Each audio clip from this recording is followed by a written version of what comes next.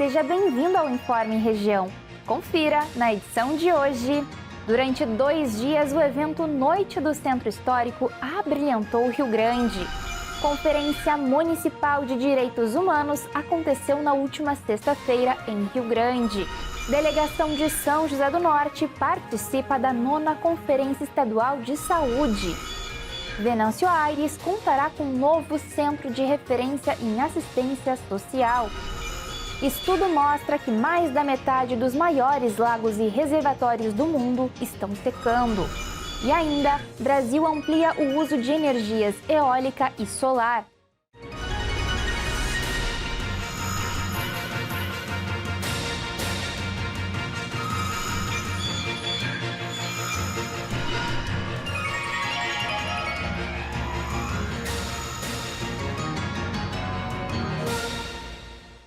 Durante 2 dias, a cidade do Rio Grande sediou um grande evento, a Noite do Centro Histórico, que promoveu uma imersão e uma viagem no tempo. Uma viagem por um tempo que já se foi, mas que se mantém vivo nas raízes da cidade do Rio Grande. Entre prédios, acervos e atividades culturais, o resgate de um sentimento, por vezes silenciado, o de pertencer. Foi nesse contexto que aconteceu o evento Noite do Centro Histórico, que por 2 dias pôde ser prestigiado por moradores e visitantes da região.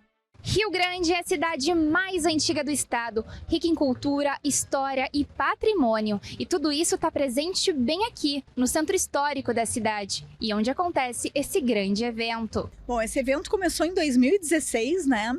E hoje a gente chega nessa edição com 2 dias, né? Com 2 noites, melhor dizendo, e é exatamente trazer para a comunidade, né? Os equipamentos públicos, os equipamentos históricos abertos até a meia-noite, e é a oportunidade de conhecer um pouco mais sobre a nossa história, sobre a nossa cultura, sobre a nossa arte. O evento contou com uma ampla programação, que englobou exposições, atrações musicais, espetáculo teatral e sessão de cinema. Mas, sem sombra de dúvidas, um dos seus pontos altos e que encheu os olhos de quem por ali estava foram as projeções mapeadas do projeto A Luz da Memória, como foi o caso do mineiro Caio César, recém-chegado na cidade e que foi prestigiar o momento. Olha, muito lindo, a gente está amando aqui o evento todo e especialmente essa apresentação que faz a gente se sentir como se estivesse no futuro. Nós trabalhamos muito com a restauração do patrimônio edificado no estado, né? Então essa é a nossa proposta através da Perene Patrimônio Cultural. Qual foi a ideia? Nós levarmos essa restauração, essas ações de restauração para fora dos prédios e trabalhar de uma forma inovadora, ligando o patrimônio com a inovação, né, através das projeções mapeadas, contar a história de 4 cidades através dessas projeções, né, que aproximam a comunidade do seu patrimônio, resgatando a sua história e a sua memória.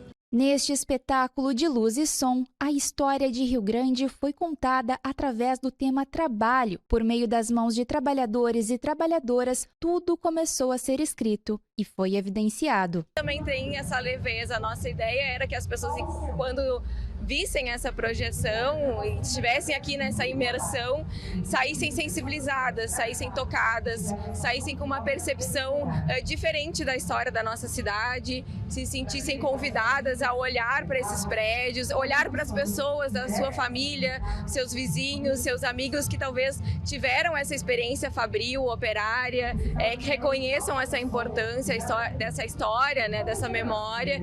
Quem passou pelo evento também pôde ter um desafio: carimbar um passaporte em cada ponto visitado. Essa iniciativa foi uma forma de incentivar os visitantes a desfrutarem de todas as estruturas e dispositivos disponíveis.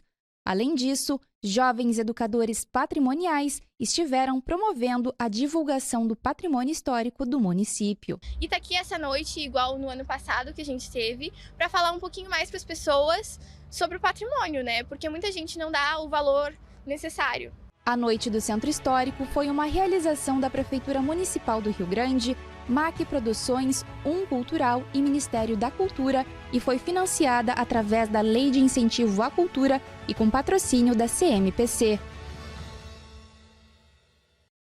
Rio Grande realizou a Conferência Municipal de Direitos Humanos. Os encaminhamentos do encontro serão levados a um nível estadual em um outro momento de debate. E hoje eu estou aqui com o Júlio Alt, que é presidente do Conselho Estadual de Direitos Humanos, para falar então como é que foi esse grande evento. Júlio, um prazer te receber, né? Como é que foi organizada essa conferência?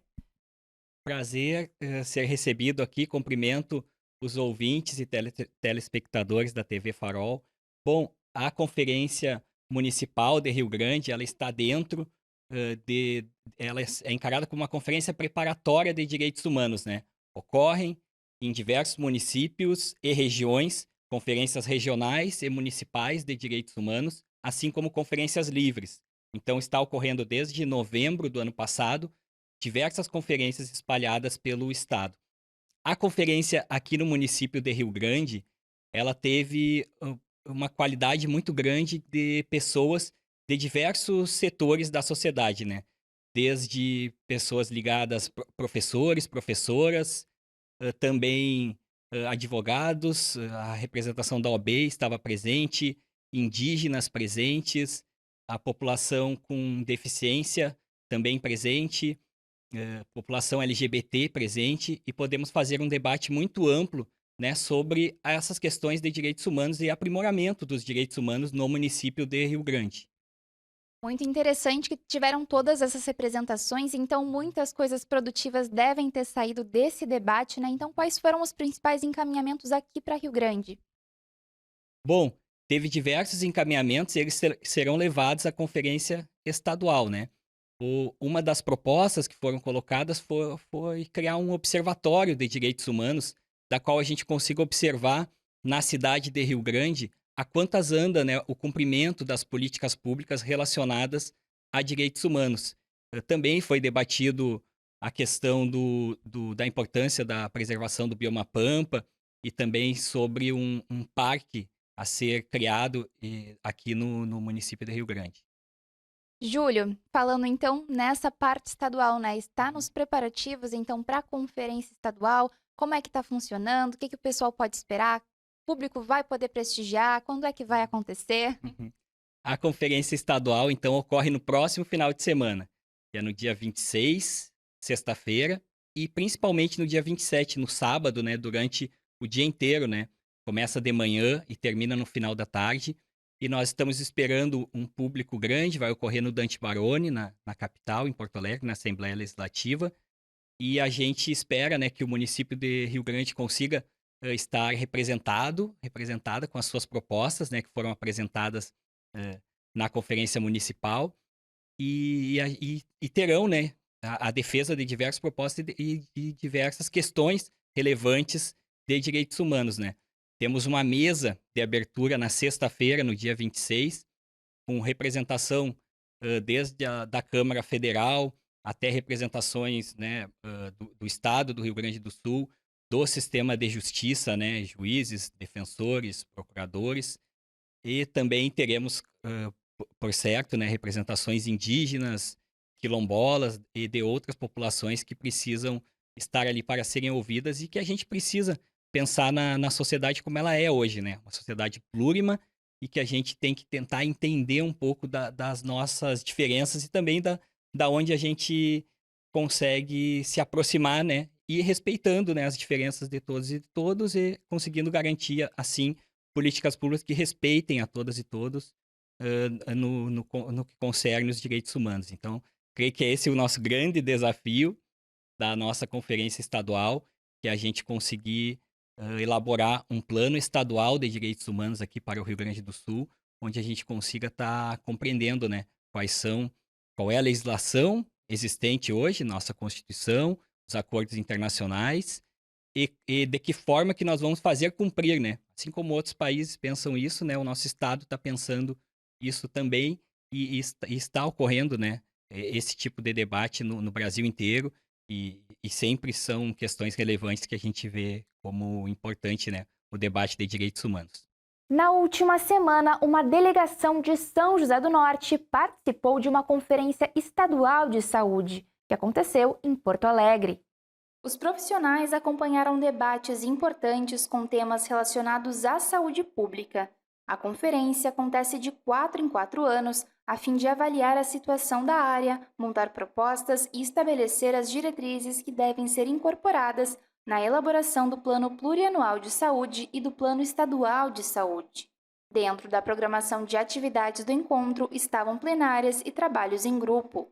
Os delegados de São José do Norte que foram até o local fazem parte de 3 segmentos diferentes, sendo eles governo e prestador de serviços do SUS, trabalhador em saúde e usuário.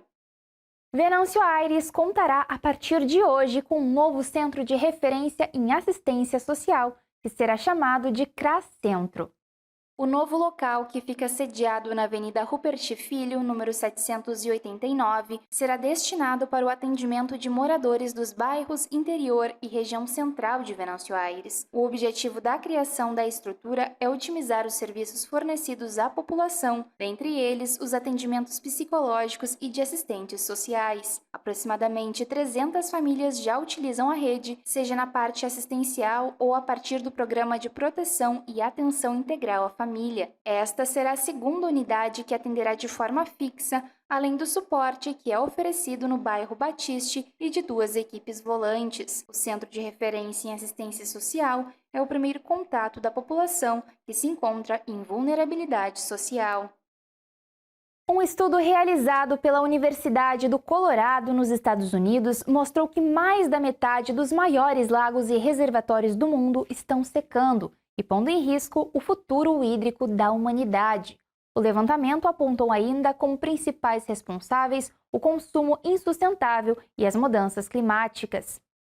O reservatório de Pax Creek, em Bala, na Austrália, é um dos exemplos de grandes lagos que estão perdendo seu volume de água devido ao aquecimento global. Ao contrário dos rios que tendem a monopolizar a atenção dos cientistas, os lagos não são bem monitorados, apesar de sua importância crítica para a segurança hídrica. Mas desastres ambientais de grandes proporções em corpos hídricos vastos, como o Mar Cáspio e o Mar de Araal, mostram aos cientistas uma crise mais ampla. Para acompanhar a questão sistematicamente, a equipe de pesquisadores, que inclui cientistas dos Estados Unidos, França e Arábia Saudita, observou 1972 lagos considerados os maiores reservatórios da Terra, usando dados de satélites de 1992 a 2020. Eles se concentraram em vastos corpos de água doce por causa da maior precisão dos satélites para registrar escalas maiores e também por sua importância para os seres humanos e os animais selvagens. Sua base de dados reuniu imagens do Landsat, o programa de observação da Terra mais antigo em atividade, com informações sobre a altura da superfície da água obtidas por altímetros via satélite para determinar como o volume lacunar variou ao longo de quase 30 anos. O resultado foi que 53% dos lagos e reservatórios registraram declínio no armazenamento de água a uma proporção de aproximadamente 22 gigatoneladas por ano. Ao longo do período de estudo, foram perdidos 603 quilômetros cúbicos de água, 17 vezes o volume de água do Lago Mead, o maior reservatório dos Estados Unidos. Pensando em formas de diminuir a utilização de combustíveis fósseis, somadas à necessidade de criar novas fontes de energia, o Brasil ampliou o uso das energias solar e eólica. Como consequências, as emissões do CO2 caíram no país. O Centro de Estudos Ember, que promove o uso de energia limpa no Brasil, analisou que a vasta rede de energia elétrica no país utilizou 4,9% de combustíveis fósseis em fevereiro deste ano. A diminuição fez com que o resultado apresentado no segundo mês do ano ficasse abaixo de 5% pela primeira vez em um mês desde julho de 2012. Já na comparação com o primeiro trimestre do ano, as fontes poluentes geraram 5,4% da energia elétrica, contra 10% no mesmo período de 2022. Mas, para os especialistas, esses dados podem ser bem promissores. Isso porque, em território nacional, as energias renováveis têm um grande espaço de crescimento. Um exemplo são os campos eólicos, que representam 12% da geração de energia brasileiras, e os parques solares, que representam apenas 3% da matriz energética. Vale lembrar que o Brasil conta com uma enorme rede hidroelétrica, que representa 63% da geração elétrica nacional. Os especialistas ainda afirmaram que o desenvolvimento das energias eólica e solar será crucial se o Brasil deseja tomar distância dos combustíveis fósseis no futuro.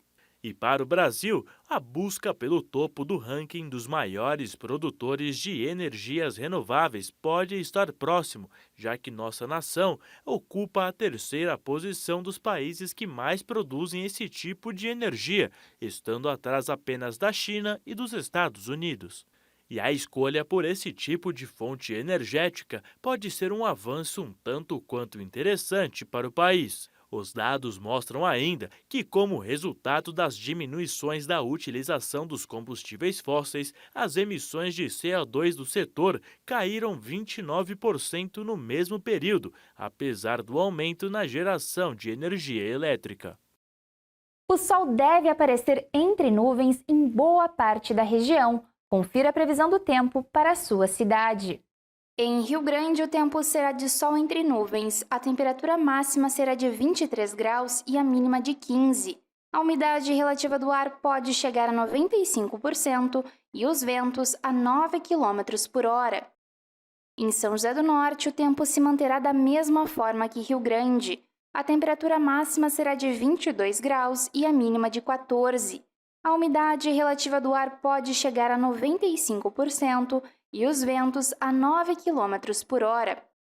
Em Camaquã, o dia será de sol com algumas nuvens. A temperatura máxima será de 26 graus e a mínima de 15. A umidade relativa do ar pode chegar a 93% e os ventos a 6 km por hora. Em Dom Pedrito, sol entre nuvens durante todo o dia. A temperatura máxima será de 24 graus e a mínima de 15. A umidade relativa do ar pode chegar a 95% e os ventos a 12 km por hora. Em Venâncio Aires, a tarde será de sol com pouca nebulosidade. A temperatura máxima será de 23 graus e a mínima de 14. A umidade relativa do ar pode chegar a 94%, os ventos a 9 km por hora e não há possibilidade de chuva. E essas foram as informações do nosso Informe Região. Nos acompanhe através das redes sociais @TV Farol RS. Obrigada por estar conosco e até logo!